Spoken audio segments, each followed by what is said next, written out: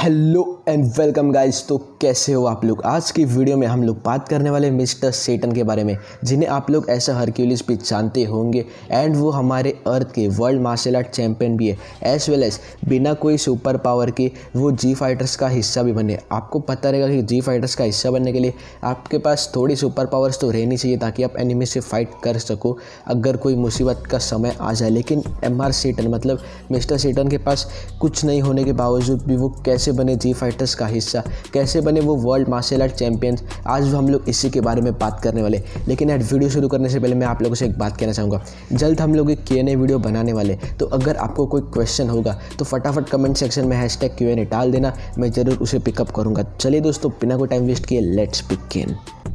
तो यार हमारे मिस्टर सेटन जो है, जिनका नाम आगे जाके चेंज हुआ एज हरक्यूलिस, वो कैसे हुआ आज हम लोग पहले वो जान लेते। तो यार अगर आपको पता रहेगा सेटन कौन है, सेटन है शैतानों का राजा। एंड यार जो मिस्टर सेटन थे वो वर्ल्ड मार्शल आर्ट चैंपियन जीतने के बाद पब्लिक में ऐसा हीरो जानने लगे। एंड अगर आपको पता रहेगा तो मिस्टर सेटन बहुत ही ईगोइस्टिक है, मतलब यार वो हर चीज़ में आगे आगे रहते हैं एंड वो चाहते हैं कि उन्हीं का नाम सब लोग जपे। एंड उन्होंने बहुत सारी चीज़ें ऐसे भी की है जिनकी वजह से लोग उन्हें जपते। मतलब यार मिस्टर सेटन को बहुत ही सुपरस्टार बना के रखा है एंड साथ ही साथ उनके पास पैसा फेम बहुत है। तो यार ड्रैगन बॉल में सब लोग मिस्टर सेटन के फ़ैन दिखाए गए, लेकिन यार उनके नाम की वजह से, जो कि एक डेविल का नाम है। तो यार जो कंपनी थी, जो टॉय एनिमेशन एंड जो एनिमेशन के बाकी मेंबर्स थे, वो नहीं चाहते थे कि लोग एक डेविल के नाम को जपे। जब शो की शुरुआत हुई तब ये सब डिसाइड नहीं हुआ था, लेकिन आगे जाके जब एक्चुअल पब्लिक फिगर में मिस्टर सेटन की भी पॉपुलैरिटी बढ़ने लगी तो यार डेवलपर्स ने एंड क्रिएटर्स ने सोचा कि नाम चेंज कर दिया जाए, क्योंकि यार वो थोड़ा अलग लग रहा था। तो यार ये तो जान लिया हम लोगों ने कि इनका नाम कैसे चेंज हुआ, पहले मिस्टर सेटन एंड उसके बाद हरक्यूलिस। अब हम लोग जानते हैं कि उनका नाम बना कैसे, वो इतने रिच कैसे हुए। तो यार देखो, वो रिच थे पहले से, मतलब यार पैसा उनके पास पहले से था एंड वो मार्शल आर्ट के फ़ैन भी थे। उन्होंने बहुत सारी मार्शल आर्ट की ट्रेनिंग की भी थी, बस यही कि उनके पास कोई सुपर पावर्स नहीं थी। एंड अगर आपको याद हो तो एंड्रॉयड सागा के टाइम पे कोई जी फाइटर्स प्लैनेट अर्थ पे नहीं थे, वो अलग प्लैनेट पे फाइट कर रहे थे। एंड उसी टाइम पे मार्शल आर्ट चैंपियनशिप भी हेल्ड हुई थी एंड वही मार्शल आर्ट चैंपियनशिप मिस्टर सेटन जीत गए थे, क्योंकि यार उनके सामने सभी अर्थलिंग्स थे एंड वो इतने स्ट्रांग नहीं थे।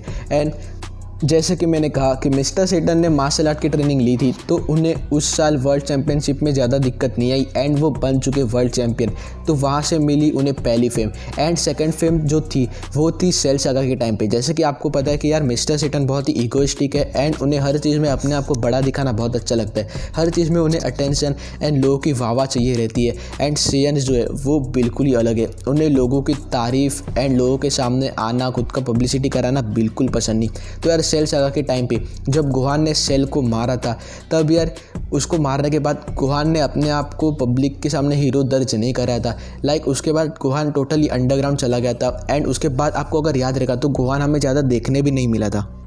तो उसी का फ़ायदा उठाया, मतलब यार जैसे ही सेल को मार दिया गोहान ने, तो मिस्टर सेटन ने बताया कि सेल को मैंने मारा। मतलब यार पूरा क्रेडिट मिस्टर सेटन ने अपने आप पे ले लिया, क्योंकि यार जैसे कि मैंने कहा कि सेयन्स को नहीं पसंद पब्लिसिटी कराना या मतलब यार पब्लिक के सामने खुद को हीरो दिखाना।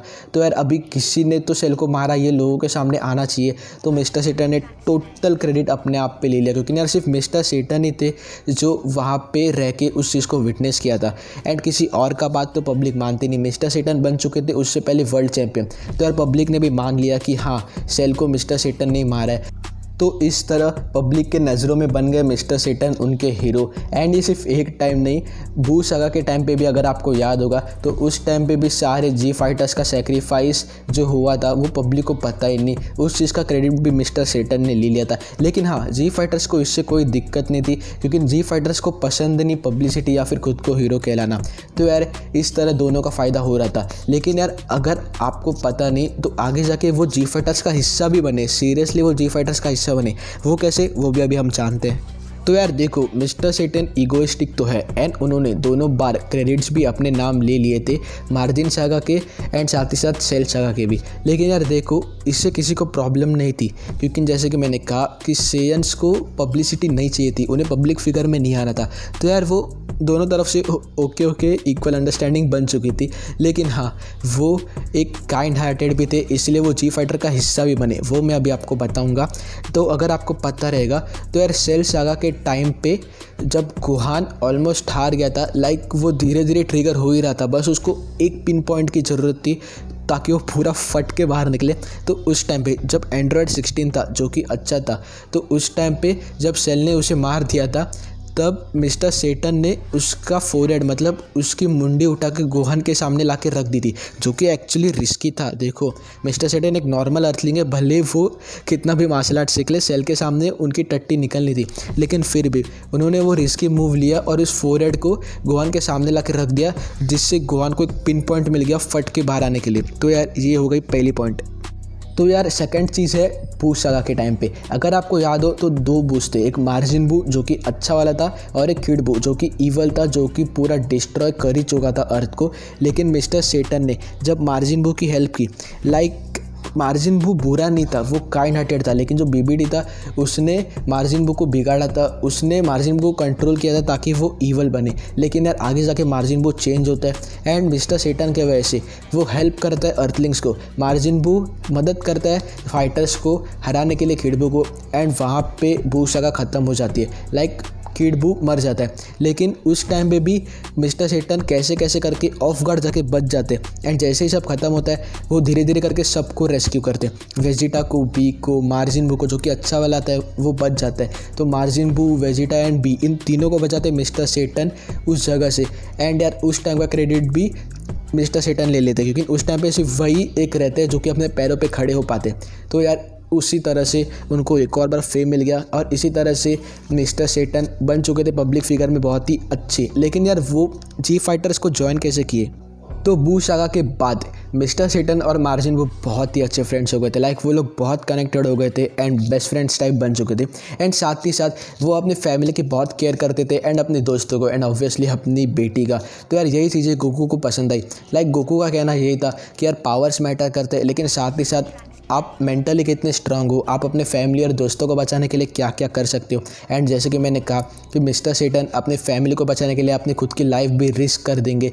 तो यही चीज़ें गोकू को पसंद आई एंड उसने अलाउ किया मिस्टर सेटन को जी फोर्स में आने के लिए, लाइक जी फाइटर्स ज्वाइन कर सकते हैं तो मिस्टर सेटन, ऐसी चीज़ें हो गई थी। तो उसी के बाद से मिस्टर सेटन जी फाइटर्स का हिस्सा बन चुके थे, क्योंकि यार वो भले उनके पास कोई पावर नहीं, भले वो थोड़े ईगोइस्टिक है, हर चीज़ का क्रेडिट ले लेते, लेकिन हाँ जब फाइट की बारी आती है तो वो फाइट लेते एंड भले वो मार ना पाए, लेकिन वो अपनी खुद की जान रिस्क कर देंगे अपने दोस्तों को बचाने के लिए। एंड हाँ, मानो या ना मानो भाई, मिस्टर सेटन का थोड़ा कंट्रीब्यूशन तो था ही बू सागा के टाइम पे। तो बस यार यही थी मिस्टर सेटन की हिस्ट्री।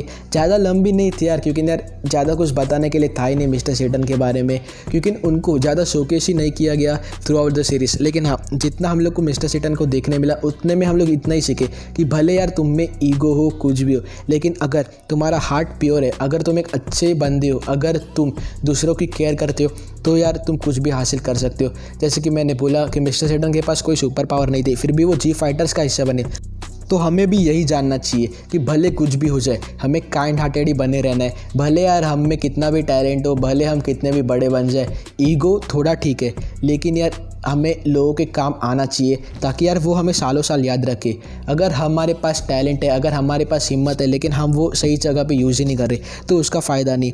तो यार बस यही था मैसेज इस वीडियो का एंड एमआर सेटन के कैरेक्टर से यही हमें जानने मिलते हैं। तो यार वीडियो पसंद आई तो लाइक करो, फटाफट चैनल को सब्सक्राइब करो एंड यार कमेंट करके बताओ। एंड हाँ, जैसे कि मैंने स्टार्टिंग में कहा था कि Q&A होने वाला है, तो हैशटैग Q&A यूज़ करो और अपने क्वेश्चंस पूछो, मैं ज़रूर यूज़ करूँगा उससे अगली वीडियो में। तो चलिए मिलता हूँ आप लोगों से अगली वीडियो में, बाय बाय।